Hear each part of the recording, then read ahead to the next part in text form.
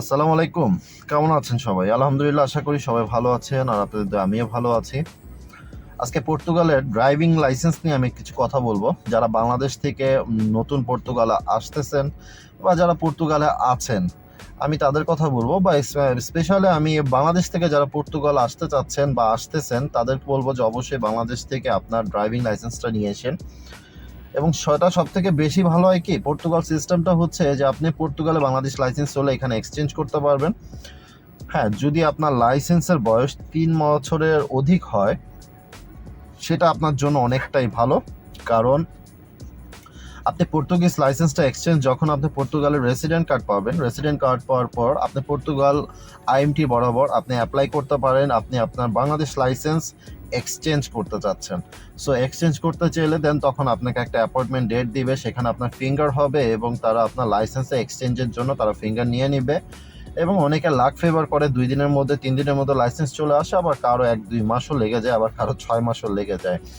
এটা ডিপেন্ড করে হচ্ছে তার লাইসেন্সের উপর, ঠিক আছে। যদি আপনার লাইসেন্স পুরানো লাইসেন্স হয় বাংলাদেশে, অর্থাৎ 3 বছরের অধিক, 2 বছরের অধিক, 3 বছরের অধিক, তাহলে সেটা আপনার জন্য অনেকটাই প্লাস পয়েন্ট এবং তাদের লাইসেন্সটা খুব তাড়াতাড়ি আইএমটি ছেড়ে দেয়। আর দ্বিতীয় কথা হচ্ছে যে আপনি লাইসেন্স দিয়ে আপনি কি করতে পারবেন। অবশ্যই আপনি পর্তুগালে যখন 3 বছর ওভার, অর্থাৎ আপনার বাংলাদেশি লাইসেন্স 3 বছর ওভার হওয়া লাইসেন্স আপনি এক্সচেঞ্জ করতে যাবেন, তখন হচ্ছে আপনি খুব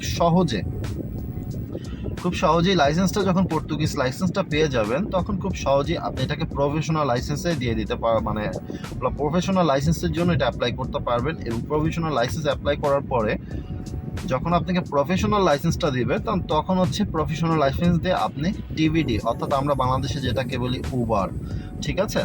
সো উবার আপনি চালাতে পারবেন এখানে। সেটার জন্য আবার কোর্স করতে হয়, 1 সপ্তাহ খানিক কোর্স করতে হয়, দেন আপনাকে টিভিডি লাইসেন্স দেয়। সেটা হচ্ছে আপনার পারফরমেন্সের উপর। 3 বছর মেয়াদ না হওয়া পর্যন্ত, অর্থাৎ আপনার বাংলাদেশি ড্রাইভিংয়ের এক্সপিরিয়েন্স 3 বছর না হওয়া পর্যন্ত আপনি পর্তুগালে টিভিডি চালাতে পারবেন না। এটা পর্তুগাল না, সারা ইউরোপের যে কোনো দেশে আপনি টিভিডি চালাতে পারবেন না, বিকজ আপনার একজন এক্সপিরিয়েন্স ড্রাইভার অবশ্যই হতে হবে, তারা এই জিনিসটা গণ্য করে।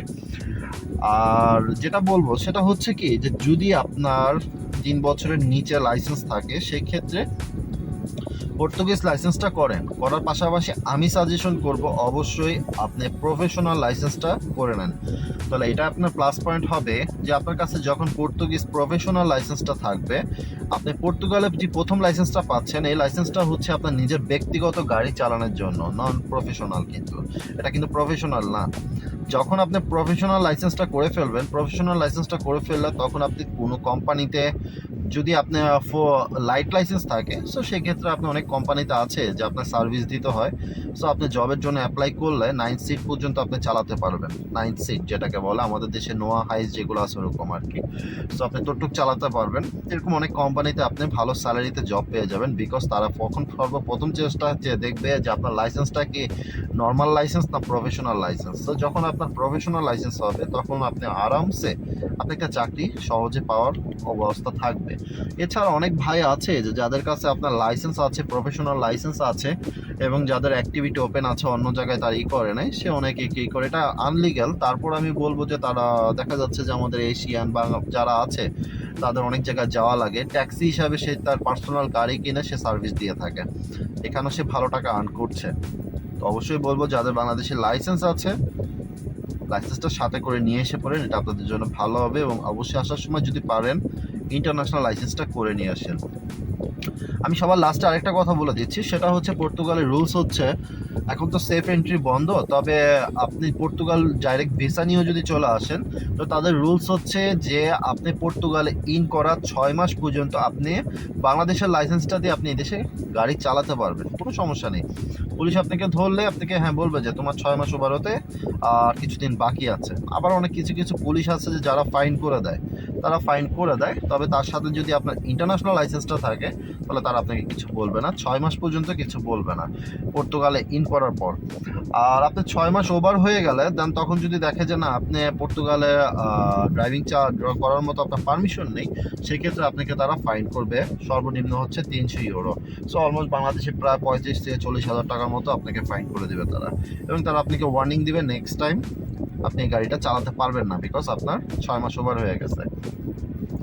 বলতে পারেন যে ভাই তাহলে আমরা কিভাবে গাড়ি চালাবো, তো তার কথা কেউ পার্সোনাল গাড়ি কিনলেন সে গাড়ি কিভাবে চালাবে। তো সেক্ষেত্রে আমি সাজেশন করবো যে আপনি আইএমটি বরাবর একটা অ্যাপ্লিকেশন করতে পারেন, অনলাইনে যে সাবমিট করে আইএমটি কাছে অ্যাপ্লিকেশন করতে হয় অনলাইনে। সো আপনি আইএমটি বরাবর একটা অ্যাপ্লিকেশন করতে পারেন, দেন তখন আইএমটি আপনাকে একটা আইএমটি পেপার দিবে, যে পেপারটা নিয়ে আপনি রোডে গাড়ি চালালে যে তার মধ্যে একটা টাইম থাকে, 4-5 মাস 6 মাসের একটা টাইম থাকে, সেই পেপার দিয়ে আপনি আবারও আপনি গাড়িটা চালাতে পারবেন। জিএনআর যদি ধরে আপনাকে তাহলে সে আপনাকে ছেড়ে দিবে, যদি আপনি অন্য কোনো ফল না করেন তাহলে আপনাকে কোনো ফাইন করবে না। এটা আমি সাজেশন করছি, ঠিক আছে, কারণ আমি নিজেও করেছি, তো সেই জন্য আপনাদের আমি সেটা সাজেশন করছি। তো আশা করি এটা আপনাদের জন্য ভালো হবে।